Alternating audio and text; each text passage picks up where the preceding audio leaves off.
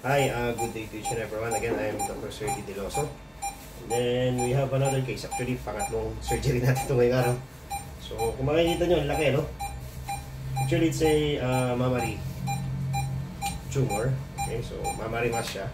Ngayon, every time we encounter this type of masses, particularly affecting the mammary gland, we do routine spay. So, importante na ma-spay sila. Bakit? Because it's yung hormone responsible kaya lumalaki yung mga bukol na ganyan or mga mass. Why? Because every time the dog goes into heat, it produces estrogen. Estrogen is a hormone na anabolic siya. Ibig sabihin nagpapalaki. So, syempre, kapag lumalaki yung blood vessels and the cancer is there, syempre lalo siya nafi-feed. Kasi lumalaki yung blood vessel. Pag lumalaki yung blood vessel, equals to more blood. So, more blood means more nutrients for the cancers to grow.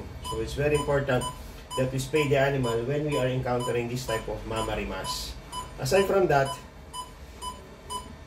we need to perform the spay first before the cancer or mass surgery kasi we are trying to prevent to drag cancer cells going into the abdominal cavity.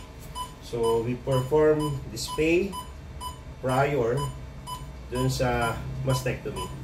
Okay? So, yun yung reason kung bakit kailangan ma-spay yung aso bago natin gawin yung mastectomy. And likewise, the reason why spay should be done because it fuels cancer cells growth. Okay? So, that's it. Again, I'm Dr. Sergi and I'm one of the vets of Deloso Veterinary Clinic. Thank you.